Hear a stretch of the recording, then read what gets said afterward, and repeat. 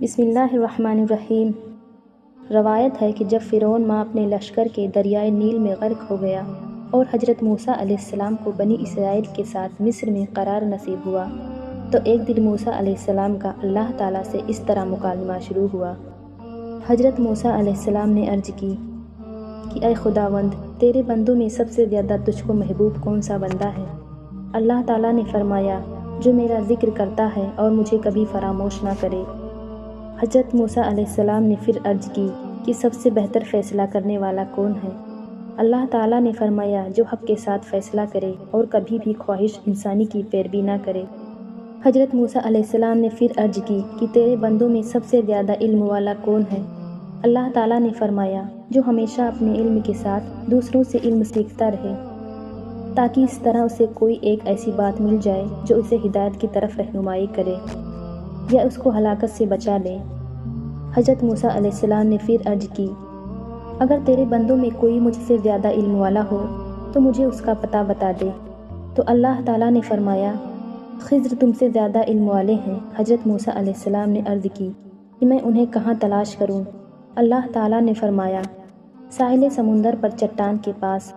حضرت موسیٰ علیہ السلام نے پھر عرض کی کہ میں وہاں کیسے اور کس طرح پہنچوں؟ اللہ تعالیٰ نے فرمایا، تم ایک ٹوکری میں ایک مچھلی لے کر سفر کرو، جہاں وہ مچھلی گم ہو جائے بس وہیں خضر علیہ السلام سے تمہاری ملاقات ہوگی۔ اس کے بعد حضرت موسیٰ علیہ السلام نے اپنے خادم اور شاگرد حضرت یوشع بن نون کو اپنا رفیق سفر بنا کر جمع البحرین کا سفر فرمایا۔ حضرت موسیٰ علیہ السلام چلتے چلتے جب بہت دور چلے گئے تو ایک جگہ سو گئے۔ اسی جگہ مچھلی ٹوکری میں سے تڑپ کر سمندر میں کود گئی اور جس جگہ پانی میں ڈوبی وہاں پانی میں ایک سوراخ بن گیا۔ حضرت موسیٰ علیہ السلام نیند سے بیدار ہو کر چلنے لگے۔ جب دوپہر کے کھانے کا وقت ہوا تو آپ نے اپنے شاگرد حضرت یوشع بن نون علیہ السلام سے مچھلی طلب فرمائی، تو انہوں نے عرض کی، چٹان کے پاس جہاں آپ سو گئے تھے مچھلی کود کر سمندر میں چلی گئی اور میں آپ کو بتانا بھول گیا۔ آپ نے فرمایا کہ ہمیں تو اس جگہ کی تلاش تھی۔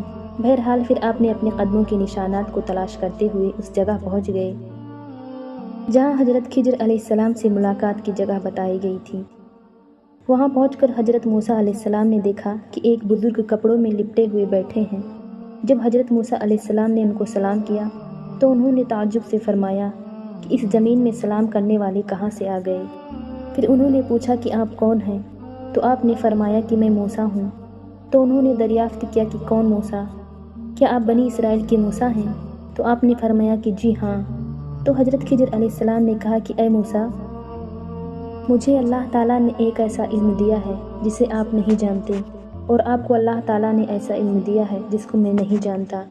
مطلب یہ تھا کہ میں علم اسرار جانتا ہوں جس کا آپ کو علم نہیں، اور آپ علم شرائع جانتے ہیں جس کو میں نہیں جانتا۔ پھر حضرت موسیٰ علیہ السلام نے فرمایا کہ اے خضر، کیا آپ مجھے اس کی اجازت دیتے ہیں کہ میں آپ کے پیچھے پیچھے چلوں، تاکہ اللہ تعالیٰ نے جو آپ کو علوم دیے ہیں آپ کچھ مجھے بھی تعلیم دیں؟ تو حضرت خضر علیہ السلام نے کہا کہ آپ میرے ساتھ صبر نہ کر سکیں گے۔ حضرت موسیٰ علیہ السلام نے فرمایا کہ میں انشاءاللہ تعالیٰ صبر کروں گا اور کبھی بھی کوئی نافرمانی نہیں کروں گا۔ حضرت خضر علیہ السلام نے کہا کہ شرط یہ ہے کہ آپ مجھ سے کسی بات کے متعلق کوئی سوال نہ کریں یہاں تک کہ جب تک میں خود آپ کو بتا نہ دوں۔ گرچہ اس عہد و معاہدہ کے بعد حضرت خضر علیہ السلام نے حضرت موسیٰ علیہ السلام اور یوشع بن نون علیہ السلام کو اپنے ساتھ لے کر سمندر کے کنارے کنارے چلنا شروع کر دیا۔ جب ایک کشتی پر نظر پڑی اور کشتی والوں نے تینوں صاحبان کو کشتی پر سوار کر لیا اور تینوں صاحبان کو کشتی کا کرایہ بھی نہیں مانگا۔ جب یہ لوگ کشتی میں بیٹھ گئے تو حضرت خضر علیہ السلام نے اپنے جھولے میں سے کلہاڑی نکالی اور اس کا ایک تختہ نکال کر سمندر میں پھینک دیا۔ یہ منظر دیکھ کر حضرت موسیٰ علیہ السلام برداشت نہ کر سکے اور حضرت خضر علیہ السلام سے یہ سوال کر بیٹھے کہ کیا تم نے اسے اس لیے چیرا ہے کہ اس کے سواروں کو ڈبا دو؟ بے شک تم نے بری بات کی۔ حضرت خضر علیہ السلام نے کہا کہ کیا میں نے آپ سے کہہ نہیں دیا تھا کہ آپ میرے ساتھ صبر نہ کر سکیں گے؟ حضرت موسیٰ علیہ السلام نے معذرت کرتے ہوئے فرمایا کہ میں نے بھول کر سوال کر دیا، لہٰذا آپ میری بھول پر گرفت نہ کیجیے۔ پھر یہ حضرات کچھ دور آگے کو چلے تو حضرت خضر علیہ السلام نے ایک نابالغ بچے کو دیکھا جو اپنے ماں باپ کا اکلوتا بیٹا تھا۔ حضرت خضر علیہ السلام نے گلا دبا کر اور زمین پر پٹک کر اس بچے کو قتل کر ڈالا۔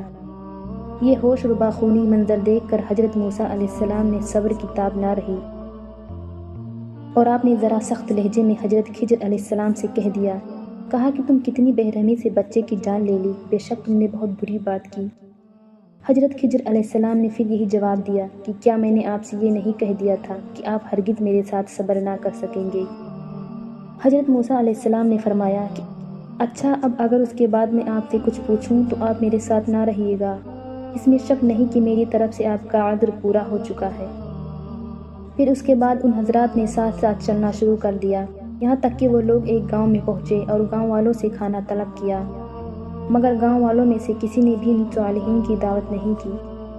پھر ان دونوں نے گاؤں میں ایک گرتی ہوئی دیوار پائی تو حضرت خضر علیہ السلام نے اسم اعظم پڑھ کر دیوار سیدھی کر دی۔ حضرت موسیٰ علیہ السلام گاؤں والوں کی بد اخلاقی سے بیزار تھے، آپ کو غصہ آ گیا، برداشت نہ کر سکے اور یہ فرمایا، تم چاہتے تو اس پر کچھ مزدوری لے لیتے۔ یہ سن کر حضرت خضر علیہ السلام نے کہہ دیا کہ اب میرے اور آپ کے درمیان جدائی ہے، اور جن چیزوں کو دیکھ کر آپ صبر نہ کر سکے ان کا راز میں آپ کو بتا دوں گا۔ سنیے، جو کشتی میں نے پھاڑ ڈالی وہ چند مسکینوں کی تھی، جس کی آمدنی سے وہ لوگ گزر بسر کرتے تھے، اور آگے ایک ظالم بادشاہ رہتا تھا جو سالم اور اچھی کشتیوں کو چھین لیا کرتا تھا اور عیبدار کشتیوں کو چھوڑ دیا کرتا تھا۔ تو میں نے قصداً ایک تختہ نکال کر اس کشتی کو عیبدار کر دیا تاکہ ظالم بادشاہ کے غضب سے محفوظ رہے، اور جس لڑکے کو میں نے قتل کر دیا اس کے والدین بہت نیک اور صالح تھے، اور یہ لڑکا پیدائشی کافر تھا، اور والدین اس لڑکے سے بے پناہ محبت کرتے تھے اور اس کی ہر خواہش پوری کرتے تھے۔ تو ہمیں یہ خوف و خطرہ نظر آیا کہ وہ لڑکا کہیں اپنے والدین کو کفر میں نہ مبتلا کر دے، اس لیے میں نے اس لڑکے کو قتل کر کے اس کے والدین کو کفر سے بچا لیا۔ اب اس کے والدین صبر کریں گے تو اللہ تعالیٰ اس لڑکے کے بدلے میں اس کے والدین کو ایک عطا فرمائے گا، اور اس کے شکم سے ایک نبی پیدا ہوگا جو امت کو ہدایت کرے گا۔